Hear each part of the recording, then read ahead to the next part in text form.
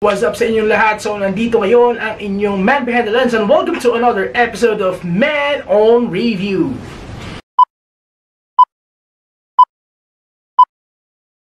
Ilang linggo na yung nakakaraan nung ako ay muling nanood ng sine, and yung pinanood ko recently ay ito yung isa sa mga Marvel movie na matagal lang inaabangan ng lahat ng mga Marvelians na katulad ko. So, bago tayo tuluyang pumunta sa ating review para sa episode na to, flashback muna tayo. Eto na.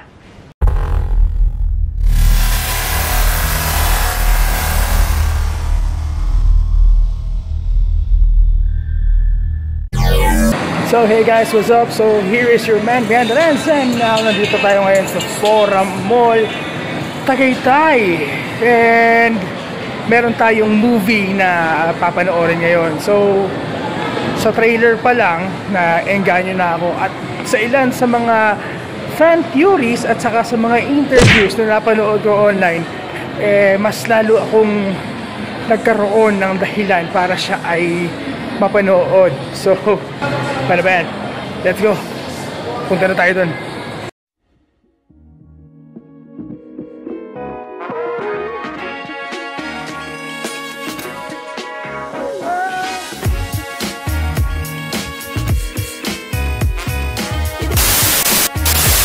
So yun guys, nakabili na tayo ng ticket para sa movie na Deadpool and Wolverine.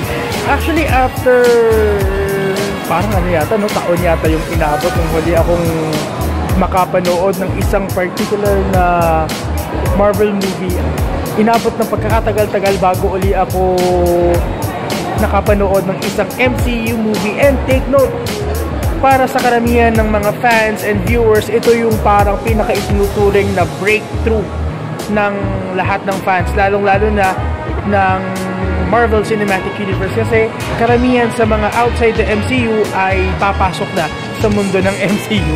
So, talagang nilulook forward ko talaga ang movie na to. So, hintay-hintay tayo ng konti.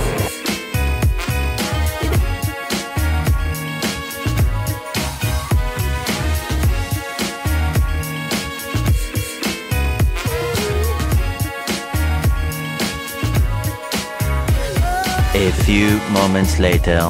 So yun, so I'm here now inside Cinema 2 ng Forum Mall, and oras na lang hinihintay natin para mapanood yung Deadpool and Wolverine. So magiging busy na mamaya dahil bawal tayong mag-record dito, baka tayo ay makasuhan ng camcording. So kita-kits lang paglabas. Update you later. A few moments later. So yun guys, katatapos lang nating panoorin yung Deadpool and Wolverine. So guys, promise, ito yata yung Marvel Cinematic Universe movie na maraming paandar, maraming pasabog. Guys, i-look forward nyo na panoorin itong Deadpool and Wolverine. Guys, kahit yung mga nonchalant dito, mapapa-OA sa reaksyon, mapapa-OA sa lahat ng komento na maaari nilang ibigay. And paano ba yan? Punta na tayo sa review. Here we go.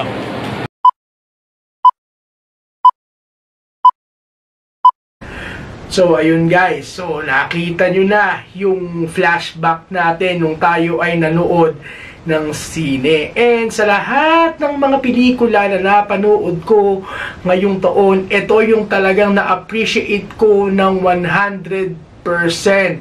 Well, bakit? Bakit daw? Yung review ko ngayon ang pinaka mag-e-explain. So, welcome to our episode of Man on Review, Deadpool and Wolverine.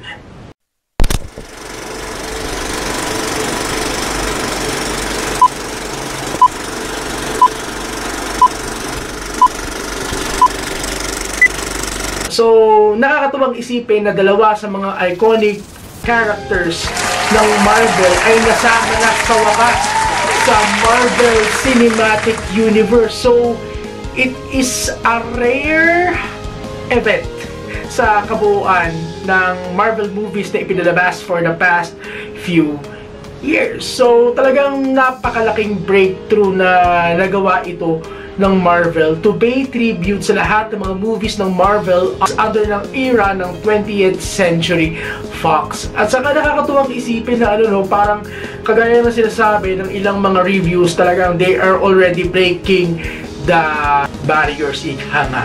So ngayon, as we do our review, ito yung mga bagay-bagay na kailangan nating tingnan.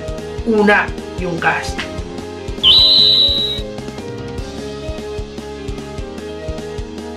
Sa cast na nga lang, yung dalawang lead character pa lang natin talagang pumahataw na. So sa trailer pa lang, sa bold spots, sa teasers pa lang, grabe, marami ng mga Marvel fans ang talagang nag-aabang na magkaroon ng fulfillment ang pelikulang ito. Biruin mo ba naman? Ryan Reynolds and Hugh Jackman in one frame. Galo ba naman yung kaastig, diba? So, nakakatuwa na pinagsama yung dalawang bigating artista na gumanap sa gantong kaastig at kagandang pelikula. So, isa pa, aside dun sa dalawang lead cast natin for the title role, ito yung tipo ng movie na maa-appreciate mo lahat ng cameo roles. Mantakin mo ba naman? There are so many actors who reprise their roles. Kagaya na lamang ni Chris Evans bilang si Johnny Storm, Jennifer Garner bilang Elektra, Wesley Snipes bilang Blade, at nagbabalik din si Daphne Keane bilang isa pang ikinagulat ng sambayan ng Marvelian ay ang kauna-unahang appearance ni Channing Tatum bilang si Gambit. So napaka-iconic ng appearance, ng very first appearance ni Gambit sa movie na to, na talagang they were able to adapt and to imitate the costume of the character himself. Aside from these roles, aside from these actors who reprise their roles, so makikita din natin dito si Jon Favreau bilang si Happy Hogan, Aaron Stanford bilang Pyro sa X-Men movies, Tyler Mane bilang si Sabretooth, and even nga si Blake Lively nandito din na gumanap na isang variant ng Deadpool from a different universe. Pantakin mo ba naman kung gaano kaastig ang movie na to, na talagang kinolekta, tinipon, inassemble ang lahat ng artista para lang magsiganap dito. So talagang ito yung tipo ng movie na maa-appreciate mo yung lahat ng cameo roles. So na-appreciate ko nga din dito yung kauna-unahang portrayal ni Emma Corrin bilang Cassandra Nova na nagsilbing pinaka-antagonist ng movie na to. So grabe, saludo ako sa lahat ng actors at sa lahat ng production staff sa likod ng Deadpool and Wolverine. Siyempre, busisiin din natin yung pinaka-storyline ng movie. Ako nung una talagang naguguluhan ako dun sa tinatakbo ng kwento. Then, as the movie goes on, so naiintindihan ko, unti-unti kong naiintindihan yung context ng movie. At saka biruin mo ba naman? So, kung babalikan din natin yung cameo, so ipinakita din dito yung iba't ibang Wolverine from different universes, and take note, may Cavill rin tayo. So talagang pinaka-astig din dito yung surprise cameo appearance ni Henry Cavill. Piruin mo, from Superman to Cavill rin, di ba? Talagang kikilabutan ka sa lahat na makikita mo from the actors' portrayals hanggang sa pinaka-setting. Highlight dun sa movie, pero sobrang astig. So, ito rin yung movie na tipong in value setting, sa lahat ng settings na may encounter mo, sangkaterbang Easter eggs din ang makakagilap mo na kinuha from the different characters from both Marvel, from 20th Century Fox era, and even sa MCU. Yung Easter eggs na yun, yung higit na nagbibigay ng color at saka ng pagkaastig kung paano talaga binigyan ng napakaastig na story context yung Deadpool and Wolverine. So, hindi na ako masyadong magbibigay pa ng detalye. If I were you, panoorin nyo para maastigan kayo sa kabuuan ng plot, ng settings, at ng storyline. Next dito yung production design. So, grabe, the production design is definitely a mix-up of the two variants of Marvel films, which is the MCU and the 20th Century Fox era, na talagang nag-blend all together. Nung nag-blend all together yung lahat ng to, so talagang nabigyan ng production yung setting. Lalo na yung tamang conceptualization ng CGI, lahat nandun. Talagang talagang nung pinapanood ko yung movie, grabe, 100% na kinilabutan ako, 100% na nagkaroon ako ng goosebumps. Lalong-lalo na nung sa credit scene nung pinapanood ko yung credit scene na talagang they give their best of respect doon sa lahat ng mga movies under ng Marvel Fox era.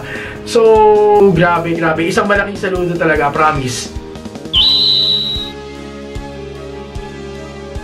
So, yung musical scoring na napakinggan ko, ito yung same appeal. Ito yung same appeal ng original na dalawang Deadpool movies na dinaig mo pa ang Spotify habang pinapakinggan mo bawat background music. Kung enthusiast ka sa pakikinig ng music, lahat ng songs na ma-encounter mo, hahanapin mo from even though sa YouTube, sa Spotify, talagang mga kolekta ka, kukolektahin mo talaga yung lahat ng kantang yun. Kaya guys, parang manonood na kayo ng movie, parang may playlist na rin kayo at the same time. Parang kung titingnan mo, yung musical scoring, napaka-playful in a way na parang nagsasound trip ka habang nanonood. Ganun yung feeling eh. Kagaya nga na sinabi ko, hindi na po ako magbibigay ng masyadong spoilers para maramdaman nyo kung gaano ka-astig ang Deadpool and Wolverine. Panoorin nyo na.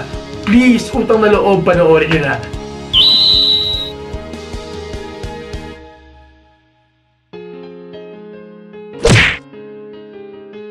Ito sa lahat ng mga nanonood to kung babalikan natin yung bawat parts, yung bawat scenes ng Deadpool and Wolverine, napakaraming surprising elements. Mostly when it comes to cameo roles and Easter eggs. Una, sa cameo roles. Talagang yung mga cameo roles sa Deadpool and Wolverine, sadyang panggulat. Makikita mo na lang doon Jennifer Garner, Wesley Snipes, Chris Evans, tapos isama pa natin si Daphne King. Talagang ma-appreciate mo yung effort ng MCU, di ba?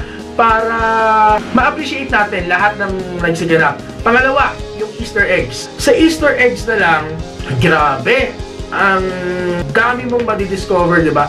Parang you will be able to look back on the previous Marvel movies. Halimbawa na lang, yung part when Happy Hogan was interviewing Deadpool to be an Avenger. So marami kang makikita Easter eggs from the MCU. Tapos naman, pag dumako ka na dun sa scene with Deadpool, Wolverine, the other characters, ma-appreciate mo naman yung aesthetics na kinuha naman from the Fox era. So ganun ka-creative. Kung titingnan na natin, aside from the Easter eggs and the character portrayals, the cameos, ma-appreciate mo rin yung entirety ng production design, diba? Sa location, sa settings, paano nabigyan ng justice through CGI. Grabe, wala akong masabi.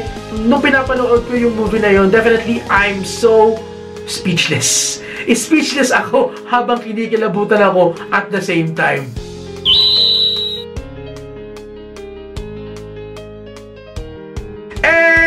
At this point, so my perspective as a viewer, nung pinapanood ko yung movie na yon, sa lahat ng mga nasabi ko nandun total package na yung sinabi ko kanina, from the characters, from the settings, from the plot, from the Easter eggs, from the production, and even the character design.